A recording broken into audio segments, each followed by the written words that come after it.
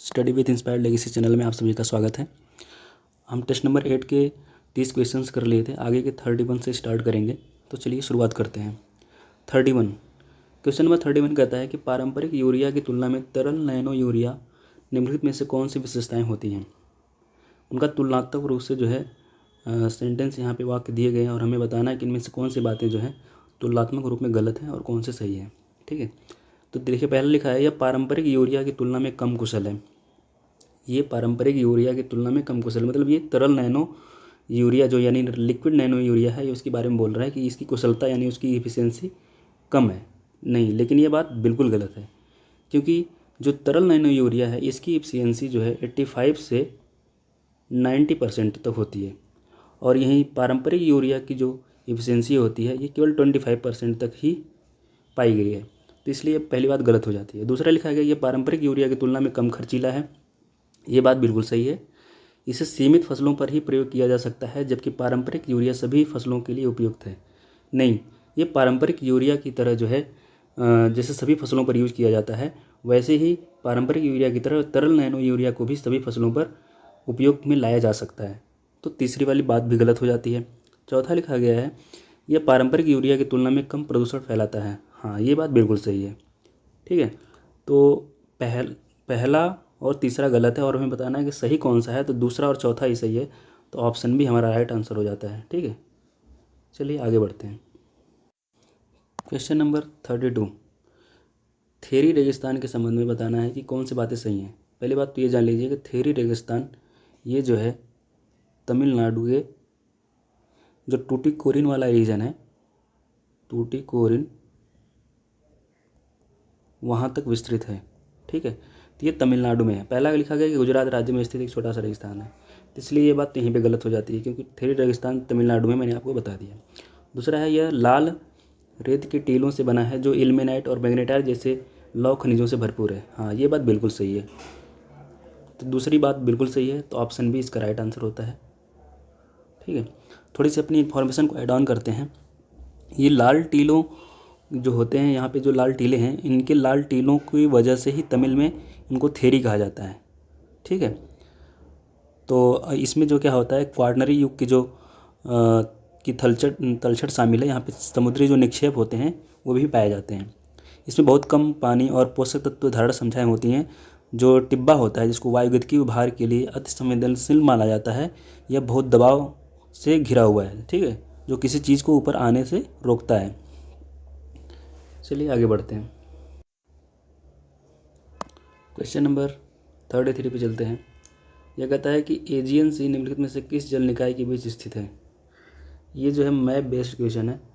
Map based question को आसानी से सॉल्व करने के लिए आप डेली कम से कम जो है 10 से 15 मिनट, कम से कम आधे घंटे तो जो है ज़रूर दिया करिए, और ऑब्जर्व किया करिए कि जो भी मेजर लोकेशन है उन पर ध्यान दिया करिए। उन्हीं सारी चीज़ों को ध्यान में रखते हुए आप जो भी मैप बेस्ड क्वेश्चन आएंगे उनको आप आसानी से सॉल्व कर पाओगे। ठीक है, तो यहाँ पर मैं आपको बता देता हूँ, एजियन सी जो है ये मेडिटेरेनियन सी यानी भूमध्य सागर और मरमरा सी के बीच अवस्थित है।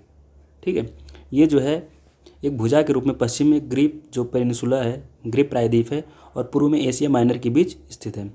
ये जो है डार्डानेल्स जो जल डबरू मध्य है, और मरमरा सागर और बास्पोरस के मध्य से ब्लैक सी से जुड़ा हुआ है। ठीक है, तो ऑप्शन सी इसका राइट आंसर हो जाता है। क्वेश्चन नंबर 34 निम्नलिखित में से कौन सी कोशिकाएं मानव शरीर में इम्यूनोग्लोबुलिन के उत्पादन में शामिल होती हैं। ये प्लाज्मा सेल्स होती हैं। ऑप्शन डी इसका राइट आंसर है। थोड़ा सा अपनी इन्फॉर्मेशन को ऐड ऑन करते हैं। जो प्लाज्मा कोशिकाएं होती हैं वे बी लिम्फोसाइट्स जो है वाइट ब्लड सेल्स होता है उनके द्वारा विभेदित होती हैं, जो इम्यूनोग्लोबुलिन या एंटीबॉडी को स्रावित करने में सक्षम होती हैं। ये कोशिकाएं प्रतिरक्षा प्रक्रिया जो इम्यूनिटी हमारी है उसको अनुकूल करने में महत्वपूर्ण भूमिका निभाती हैं, अर्थात ये मुख्य कोशिकाएं ह्यूमरल इम्यूनिटी के लिए जिम्मेदार होती हैं। ठीक है, क्वेश्चन नंबर 35 नियो बैंक के संबंध में सवाल पूछा गया और बताना है कि इनमें से कौन सी बातें सही हैं। पहला है ये बिना किसी भौतिक प्रकार की शाखा के पूरी तरह से ऑनलाइन बैंक है। ठीक है, ये बात बिल्कुल सही है। ये बैंक लाइसेंस के बिना संचालित होते हैं। ये भी बात बिल्कुल सही है। इनकी बैंकिंग सेवाओं की लागत पारंपरिक बैंकों की तुलना में अधिक है, नहीं। ये क्या ऑनलाइन जो है बैंकिंग सुविधाएं प्रदान करते हैं, तो इनके इंफ्रास्ट्रक्चर में जो भी अन्य बैंकों की तुलना में जो फिजिकल रूप से मौजूद हैं उनकी तुलना में इन पर जो है लागत बहुत कम आती है। ठीक है, तो यहाँ पर ये लिखा गया लागत अधिक आती है, तो ये बात बिल्कुल गलत है। तो पहला और दूसरा ही सही है, तो ऑप्शन बी इसका राइट आंसर हो जाता है। थोड़ी सी और बातें जानते हैं। देखिए, नियो बैंकिंग क्या होती है? ये डिजिटल, एक तरीके का डिजिटल बैंक है जिसके कोई ब्रांच नहीं होते हैं। किसी विशिष्ट स्थान पर भौतिक रूप से उपस्थित होने के बजाय ये जो है नियो बैंकिंग पूरी तरह से ऑनलाइन होता है। ये तो मैंने आपको बता ही दिया है। नियो बैंक जो है वित्तीय संस्थान है, वे फाइनेंशियल इंस्टीट्यूशंस हैं जो ग्राहकों को पारंपरिक बैंकों का एक सस्ता विकल्प प्रदान करते हैं। ये परिचालन लागत को, यानी ये ऑपरेटिंग कॉस्ट को जो है कम करते हुए ग्राहकों को व्यक्तिगत सेवाएं प्रदान करने के लिए जो है प्रौद्योगिकी यानी टेक्नोलॉजी और कृत्रिम बुद्धिमत्ता यानी आर्टिफिशियल इंटेलिजेंस का लाभ उठाते हैं। ठीक है, नियो बैंकिंग जो है चैलेंजर बैंक के टैग के साथ वित्तीय प्रणाली में प्रवेश किया था, क्योंकि उन्होंने पारंपरिक बैंकों के जटिल बुनियादी ढांचे और क्लाइंट ऑनबोर्डिंग प्रक्रिया को चुनौती दी थी। ठीक है, भारत में इन फर्मों के पास स्वयं का अपना कोई बैंक लाइसेंस नहीं होता है। ये लाइसेंस प्राप्त सेवाएं प्रदान करने के लिए बैंक के जो भागीदार होते हैं उन पर निर्भर होते हैं। ऐसा इसलिए है क्योंकि आरबीआई ने अभी तक जो है बैंकों को 100% डिजिटल करने की अनुमति नहीं दी है। ठीक है, चलिए आगे बढ़ते हैं। क्वेश्चन नंबर 36, यहाँ पर गद्यांश दिया गया है, पढ़ते हैं क्या लिखा है। यह प्रसिद्ध दार्शनिक और विचारक वरकरी संत और कवि थे। अभंग, भक्ति कविता और कीर्तन के नाम से उल्लेखनीय आध्यात्मिक गीतों के माध्यम से समुदाय उन्मुख पूजा के लिए प्रसिद्ध थे। उन्होंने अपने अभंग कविता नामक साहित्य की एक मराठी शैली की रचना की, जिसमें आध्यात्मिक विषयों के साथ साथ लोक कहानियों को सम्मिलित किया। उन्होंने अभंग साहित्य में 4 लोगों का उल्लेख किया है जिनका उन्होंने आध्यात्मिक उनके ऊपर प्रभाव था। भक्त संत नामदेव, ज्ञानेश्वर, कबीर और एकनाथ। उनकी शिक्षाओं को वेदांत आधारित माना जाता था। उनके अभंग समाज के ब्राह्मणवादी प्रभुत्व के खिलाफ मजबूत हथियार बन गए थे। हाल ही में प्रधानमंत्री ने पुणे जिले के मंदिर शहर देहू में उनकी शिला मंदिर का उद्घाटन किया। शिला मंदिर एक प्रकार के पत्थर का स्लैब होता है जो इसके ऊपर मंदिर को निर्मित किया जाता है, और 13 दिनों तक यहाँ पर उन्होंने अंतर्ध्यान किया था और चट्टान पर उन्होंने 13 दिनों तक बैठकर ध्यान किया, और उसके बाद वह पवित्र और वरकरी संप्रदाय के तीर्थस्थल के रूप में माना जाने लगा। ठीक है, और इसी के आधार पर हमें बताना है कि जो विषय दिए गए हैं ये किसके बारे में सत्य बात करता है। ये बातें जितनी भी लिखी गई हैं सारी की सारी ये जो है संत तुकाराम के बारे में बिल्कुल सत्य और सटीक बैठती हैं। तो ऑप्शन सी इसका राइट आंसर हो जाता है। ठीक है, क्योंकि सारी बातें तो यहाँ पे लिखी दी गई हैं, बस आपको पहचानना था कि ये किस जो है संत के बारे में बातें कही जा रही हैं। ठीक है, क्वेश्चन नंबर 37, सामाजिक आर्थिक जाति जनगणना सोशियो इकोनॉमिक कास्ट सेंसस के संदर्भ में बताना है कि कौन सी बातें सही हैं। पहला है, स्वतंत्र भारत में सोशियो इकोनॉमिक कास्ट सेंसस पहली बार 2011 में आयोजित की गई। ये बात बिल्कुल सही है। और स्वतंत्रता से पहले 1931 में पहली बार सोशियो इकोनॉमिक कास्ट सेंसस आयोजित की गई, इसे आप लोग याद रखिएगा। पहली बात सही है।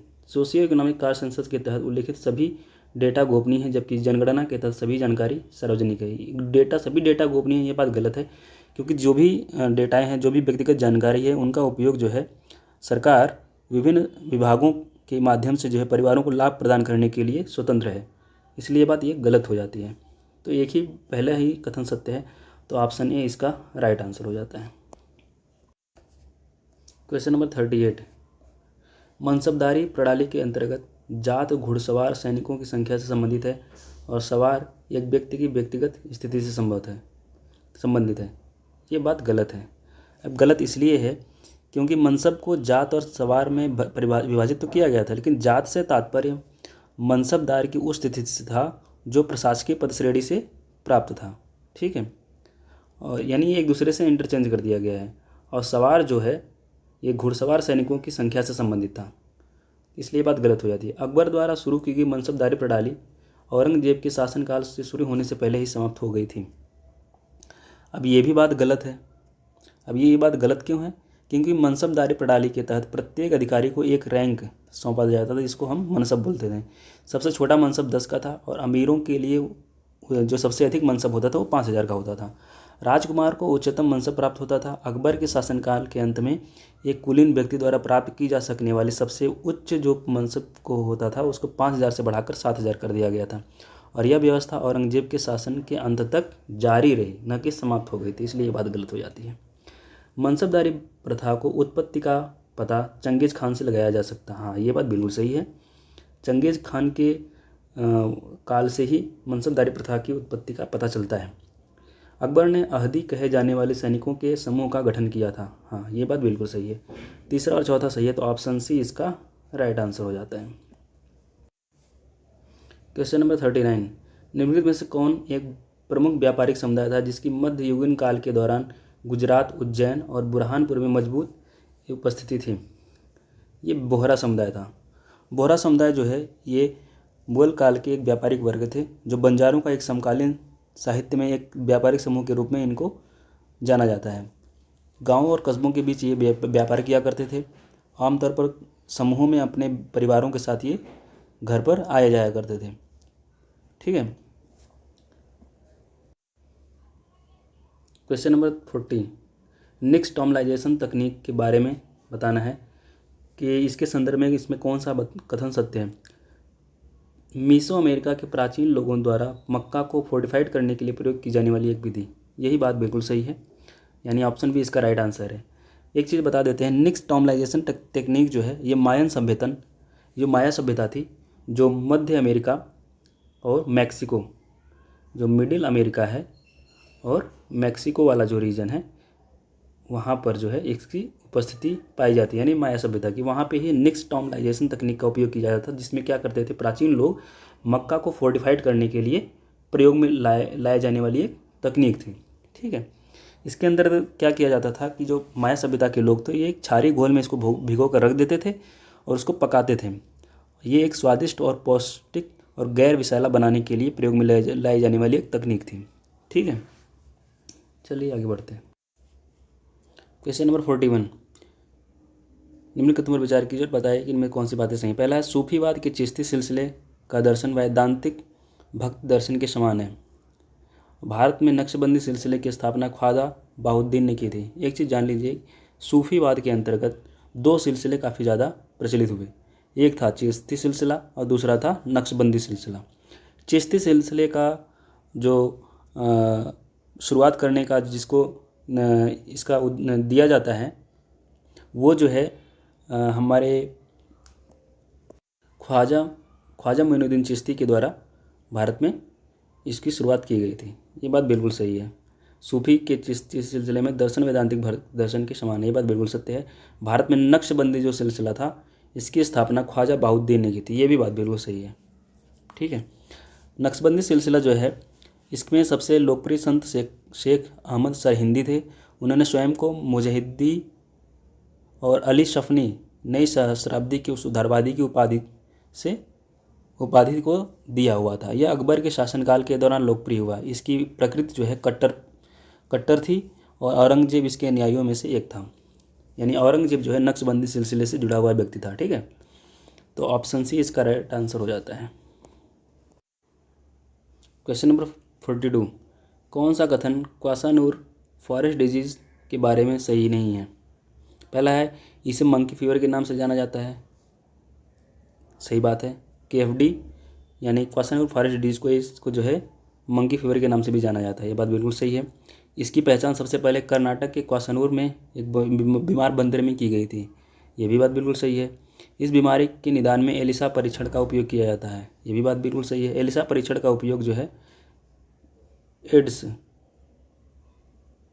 के रूप में भी किया जाता है, यानी एड्स का जब हमें उसका ट्रीटमेंट चल रहा होता है तो उसके टेस्टिंग के लिए एड्स के लिए एलिसा परीक्षण प्रयोग में लाया जाता है। ठीक है, तो उसी के लिए जो है क्वासानूर फॉरेस्ट डिजीज़ में भी एलिसा परीक्षण को प्रयोग में लाया जाता है। एंटीबायोटिक्स इस रोग के उपचार का मुख्य आधार है, यही बात एक गलत हो जाए, क्योंकि एंटीबायोटिक्स का उपयोग जो है बैक्टीरियल इन्फेक्शंस के लिए उपयोग में लाया जाता है, जबकि ये एक तरीके का वायरल इन्फेक्शन है, ये एक वायरल डिजीज़ है, यानी ये वायरस से होने वाला बीमारी है। ठीक है, बताना था कि इनमें से कौन सी बातें सही नहीं है, तो डी इसका राइट आंसर हो जाता है। क्वेश्चन नंबर 43, निम्नलिखित में से किस संगठन ने सर्वप्रथम पॉल्यूटर पे सिद्धांत प्रस्तुत किया था? पहली बात तो जान लीजिए पॉल्यूटर पे क्या है क्या। पॉल्यूटर पे एक तरीके का सिद्धांत है, इसमें उस व्यक्ति पर यह दायित्व डालता है, रिस्पॉन्सिबिलिटी डालता है कि जो पर्यावरण को क्षति पहुंचाता है और परिणाम की परवाह किए बिना पर्यावरण को उसकी मूल स्थिति में लौटाता है, उसी के अंतर्गत पॉल्यूटर पे को इंगित किया जाता है। ठीक है। और इसका सर्वप्रथम प्रस्तुतिकरण जो है ये OECD के द्वारा दिया गया था, organisation for economic and cooperation organisation. ठीक है, organisation for economic cooperation and development. ये ऑप्शन ए हमारा इसका राइट आंसर हो जाता है। क्वेश्चन नंबर 44, दक्षिण पूर्व एशिया के संदर्भ में बताना है कि इनमें किसने मैरिजुआना की खेती करने और उसे रखने के लिए वैध घोषित कर दिया है? यह है थाईलैंड। ये फैक्चुअल क्वेश्चन है, इसको आप लोग याद रखिएगा। ठीक है, ऑप्शन ए इसका राइट आंसर है। क्वेश्चन नंबर 45, यहाँ पे लिखा गया है कि इनमें से कौन सी बातें सही नहीं है, इसको ध्यान रखा गया है। क्या पूछ रहा है यहाँ पे?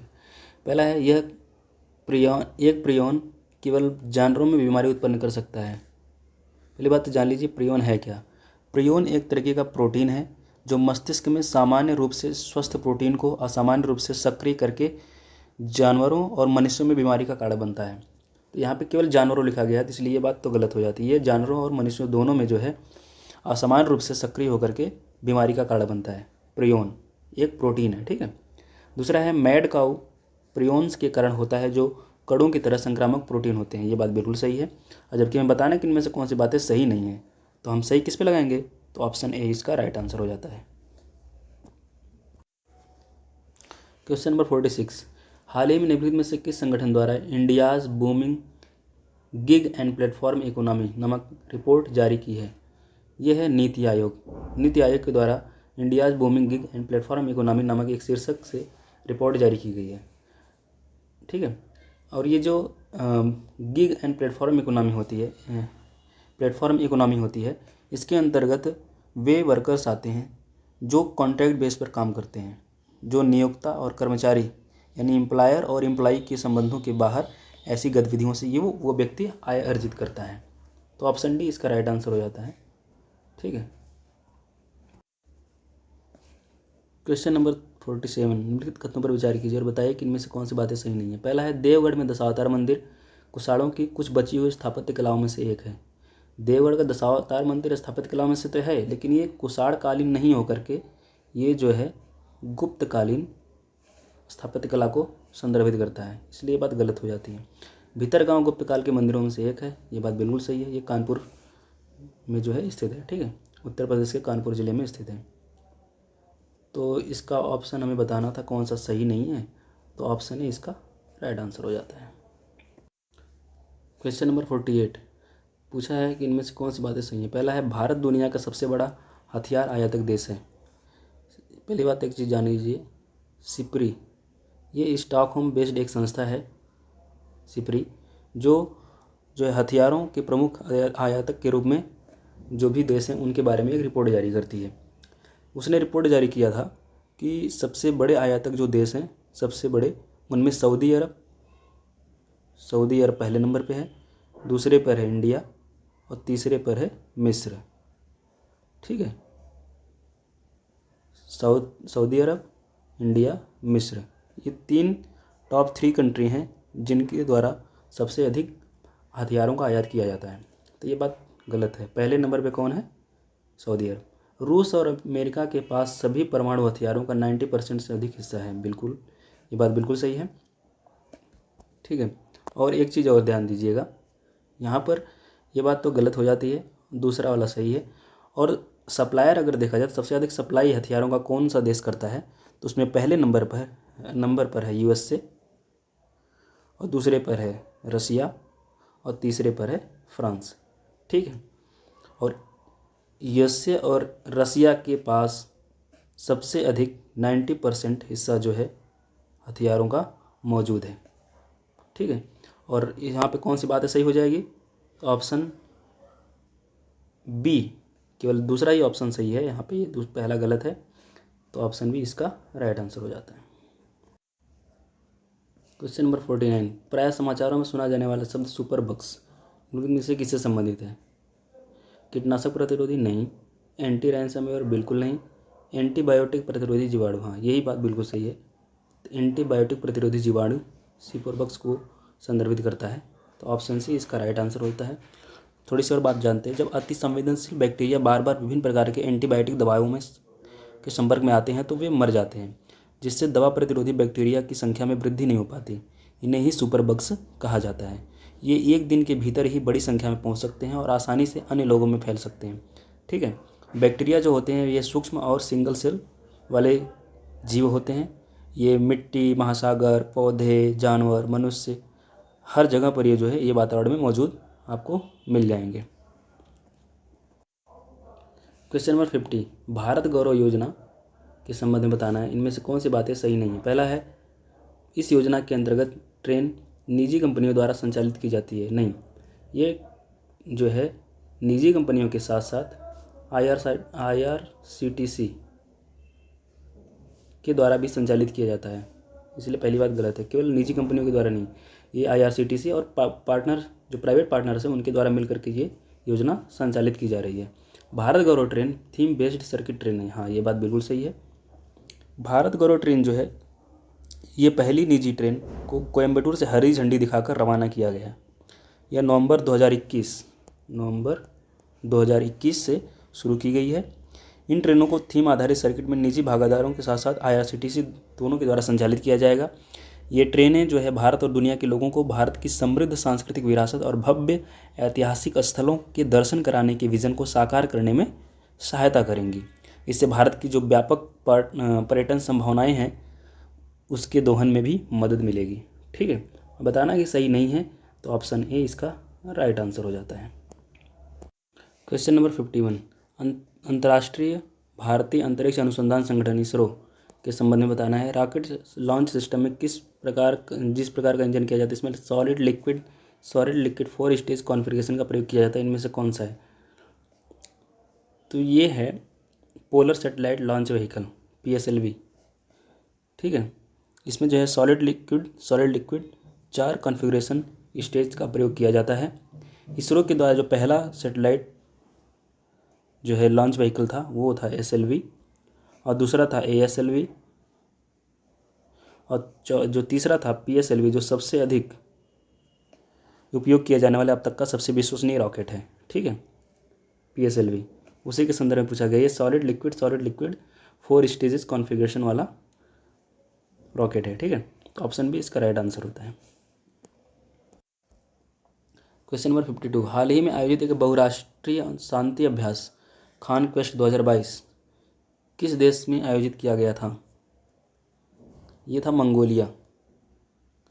ठीक है, इसमें भारत और मंगोलिया दोनों देश शामिल थे। यूनाइटेड नेशन मिशन का जो है फील्ड प्रशिक्षण अभ्यास शामिल किया गया था। इस अभ्यास को शांति स्थापना समझौता के साथ साथ जो है सैन्य संबंधों को मजबूत करने और उनके प्रतिभागियों की जो संयुक्त राष्ट्र हैं उनकी दक्षताओं को बढ़ने के लिए डिज़ाइन किया गया था। ठीक है, और एक चीज़ और जान लीजिए, भारत और मंगोलिया के बीच इंडिया और मंगोलिया के बीच एक सैन्य अभ्यास होता है जो है नोमैडिक एलिफेंट।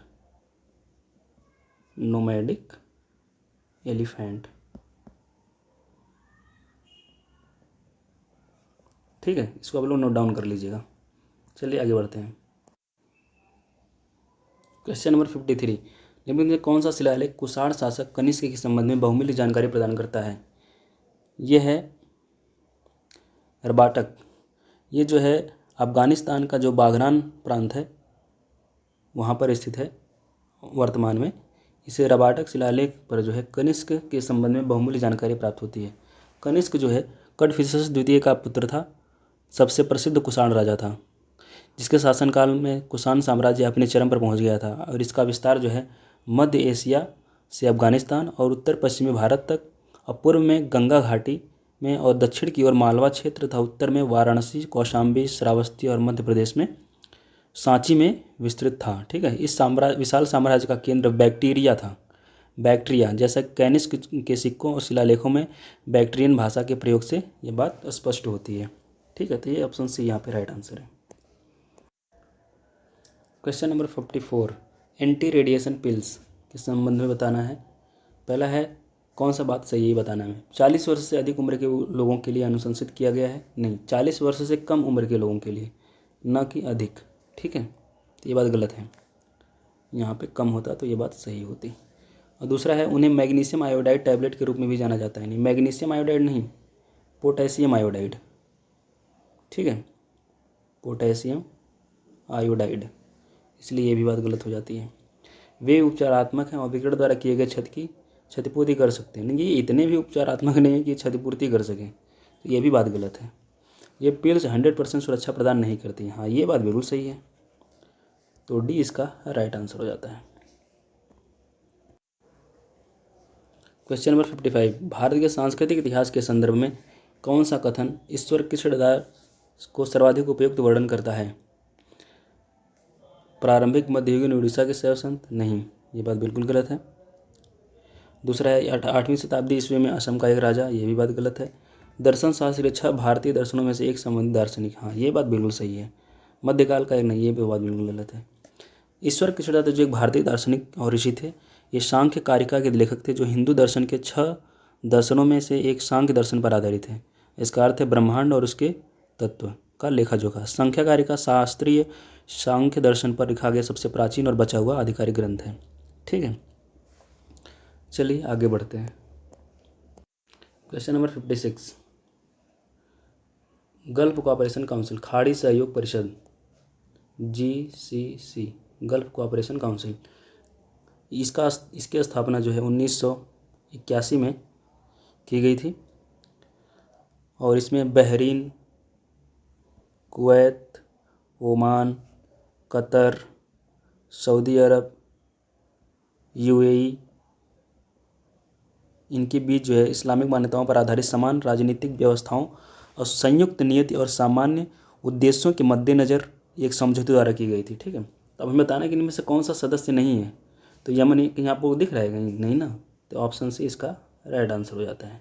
बहरीन भी इसका सदस्य है, कतर भी है, ओमान भी है, ये यमन जो है इसका सदस्य नहीं है।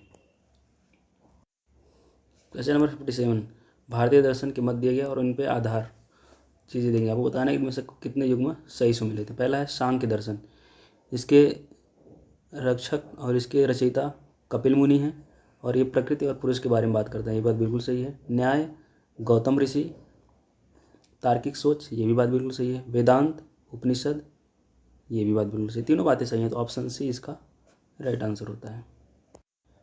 Question number 58, Indian regional navigational satellite system IRNSS या नाविक, नेविगेशन विथ इंडियन कॉन्स्टिलेशन के बारे में कौन सी बातें सही नहीं हैं।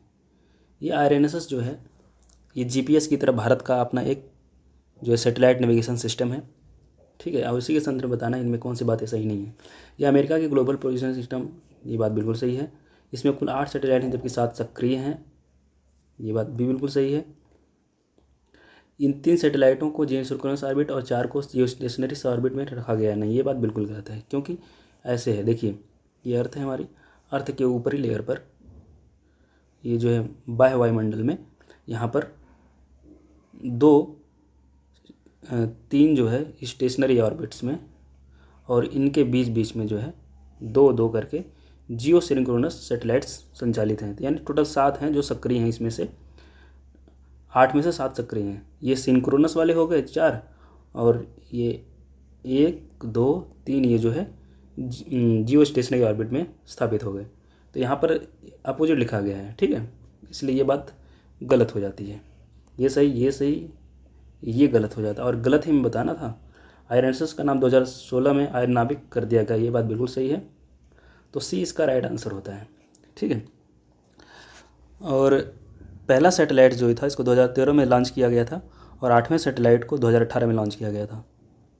ये ऐड ऑन कर लीजिएगा, इन्फॉर्मेशन है, ठीक है।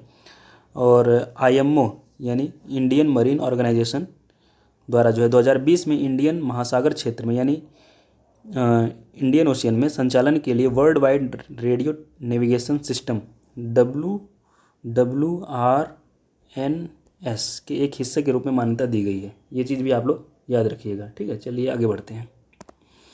59, जलकुंभी के संदर्भ में लिखित पर विचार कीजिए और बताइए कि इनमें से कौन सी बातें सही हैं। पहला है, यह जल निकायों में एक सामान्य जलीय खरपतवार है। बिल्कुल सही बात है। ये जल से हानिकारक भारी धातुओं के निष्कर्षण में मदद करता है। ये भी बात सही है। तो सी इसका राइट आंसर हो जाता है। ठीक है, ये भारत में पूरे दक्षिण एशिया में जल निकायों में पाया जाने वाला एक जलीय खरपतवार है।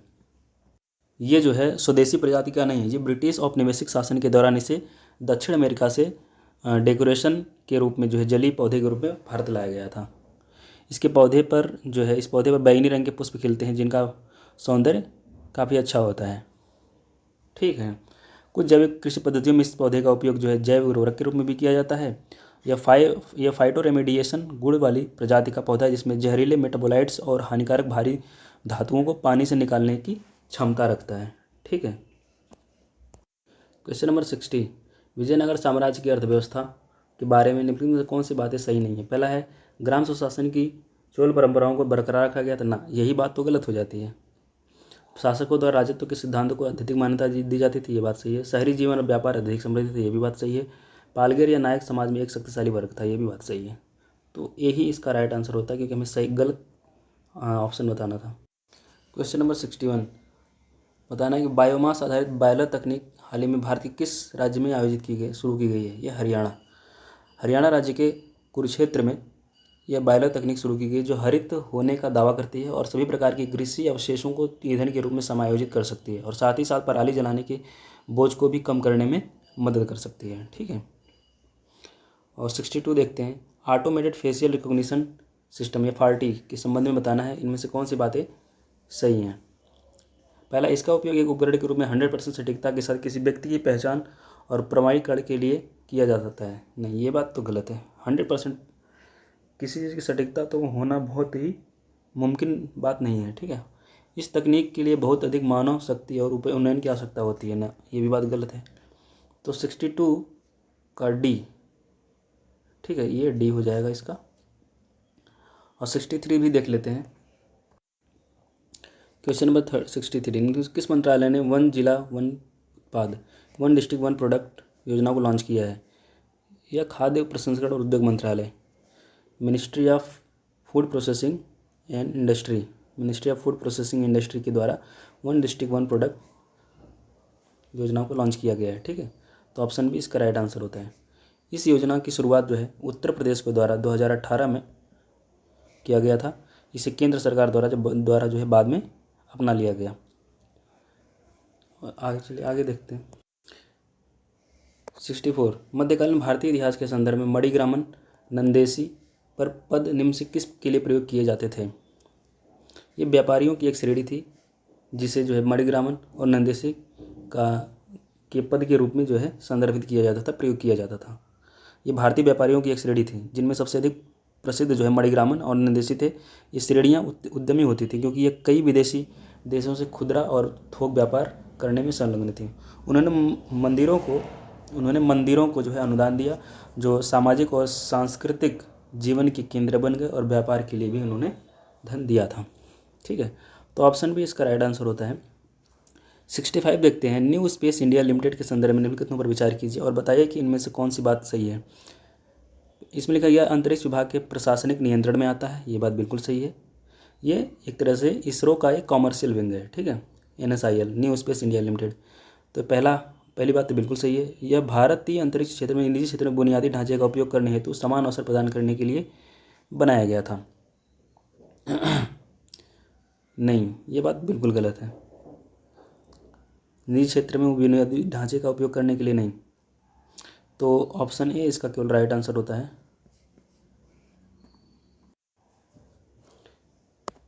66, वायरस की विशेषताओं के संबंध में बताना है कौन सी बातें सही है। पहला है, वायरस की आनुवंशिक सामग्री DNA या RNA से बनी होती है लेकिन दोनों से मिलकर नहीं बनी होती। ये बात बिल्कुल सही है। या तो DNA से बनी होगी या तो RNA से बनेगी, दोनों से मिलकर नहीं बन सकती। वायरस में केंद्रक, जीवद्रव्य, कोशिकांग का अभाव होता है। बिल्कुल सही बात है। उसके पास स्वयं की एंजाइम प्रणाली का अभाव होता है, क्योंकि ये जिस सेल के अंदर घुसता है, ये जिसको होस्ट बनाता है, उसकी जो है प्रणाली का उपयोग करते हुए जो है अपने आप को जिंदा रखता है। ठीक है, तो तीनों बातें सही हैं। तो ऑप्शन डी इसका राइट आंसर हो जाता है। Question number 67, trans fatty acid के बारे में बताना है, इनमें से कौन सी बातें सही हैं। पहला है ट्रांस वसा का उत्पादन केवल कृत्रिम विधियों के माध्यम से किया जाता है, ये बात बिल्कुल सही है। ट्रांस वसा संतृप्त वसा अम्लों की तुलना में हृदय रोग को अपेक्षाकृत कम जोखिम पैदा करता है, ये भी बात सही है। ट्रांस वसा यानी ट्रांस फैटी एसिड्स तेलों को लंबे समय तक संरक्षित किया जा सकता है और ये अत्यधिक महंगे होते हैं, ये भी बात सही है। तो यहाँ पे सारी बातें सही हैं, तो यहाँ पे जो ऑप्शन सही होगा वो होगा डी। ठीक है, चलिए आगे बढ़ते हैं। क्वेश्चन नंबर 68, निम्नलिखित में से किस शिलालेख में कालिदास और भास का नाम दर्शाया गया है। ये है ऐहोल शिलालेख, जो बागलकोट कर्नाटक में बागलकोट कर्नाटक में स्थित है। यहाँ मेघुटी मंदिर एक पहाड़ी चोटी पर स्थित है, जो आसपास के ग्रामीण इलाकों का मनोरम दृश्य प्रस्तुत करता है, जिसके पास में मेगालिथ की एक बड़ी फसल या समूह भी शामिल है। इस जैन मंदिर की पूर्वी दीवार में संस्कृत कविता में एक 19 पंक्ति का शिलालेख है, जो 7वीं शताब्दी की विशिष्ट दक्षिणी लिपि में लिखा गया था। ठीक है, तो ऐहोल शिलालेख ही जो है वो कालिदास और भास के संदर्भ में सही वर्णन करता है, तो ऑप्शन बी इसका राइट आंसर होता है। चलिए आगे बढ़ते हैं। क्वेश्चन नंबर 69, गेको के संदर्भ में बात करता है और बताया कि इनमें से कौन सी बात सही है। पहली बात तो जान लीजिए गेको क्या है। गेको जो है जीवों की एक सरीसृप श्रेणी के अंतर्गत आता है। यह अंटार्कटिका को छोड़कर सभी महाद्वीपों में पाया जाता है। ये रंगीन छिपकलियों के वर्षावनों से लेकर रेगिस्तानों तथा ठंडे पहाड़ी ढलानों तक के आवासों के लिए स्वयं को अनुकूलित कर लिया है। ठीक है, ये प्रायः जो है रात्रिचर होती हैं और यानी रात्रि में सक्रिय होती हैं। गेको की जो है प्रजातियों को 6 श्रेणियों के अंतर्गत विभाजित किया गया है। उनमें से जो इंडियन गोल्डन गेको है वो उड़ीसा, आंध्र प्रदेश और तमिलनाडु के लिए स्थानिक है। ये केवल उड़ीसा और आंध्र प्रदेश के लिए नहीं, ये उड़ीसा, आंध्र प्रदेश और तमिलनाडु तीनों के लिए जो है स्थानिक है। तो ये बात इसलिए गलत हो जाती है। गेको अंटार्कटिका को छोड़कर सभी महाद्वीपों में पाए जाते हैं, ये बात मैंने आपको बता ही दिया है। तो दूसरा सही होता है, तो ऑप्शन बी इसका राइट आंसर हो जाता है। 70, क्वेश्चन नंबर 70, ड्रोन शक्ति कार्यक्रम के संदर्भ में बताना है, इनमें से कौन सी बातें सही हैं। पहला है यह भारत में स्वदेशी ड्रोन विकसित करने के लिए DRDO का एक कार्यक्रम है, ये बात यहीं पे गलत हो जाती है। ठीक है, यह औद्योगिक प्रशिक्षण संस्थान ITI में ड्रोन स्टार्टअप कौशल को बढ़ावा देने के लिए केंद्र सरकार की एक योजना है, ये बात सही है। ये भारत और इजराइल के रक्षा मंत्रालयों के बीच अटैक ड्रोन बनाने के लिए सहयोग प्रदान करेगा, नहीं, बी ही सही है। ठीक है, तो ऑप्शन बी इसका राइट आंसर हो जाता है। तो चलिए आज के लिए बस इतना ही। आप लोग रिवीजन करते रहिए और मेहनत से पढ़ाई करते रहिए। एग्ज़ाम्स बिल्कुल अब करीब ही है एक तरह से देखा जाए तो, और जितना ज़्यादा से ज़्यादा आप रिवीजन कर सकते हैं आप लोग रिवीजन करते रहिए और वीडियो और PDF को जो है शेयर करते रहिए। ठीक है, चलिए धन्यवाद।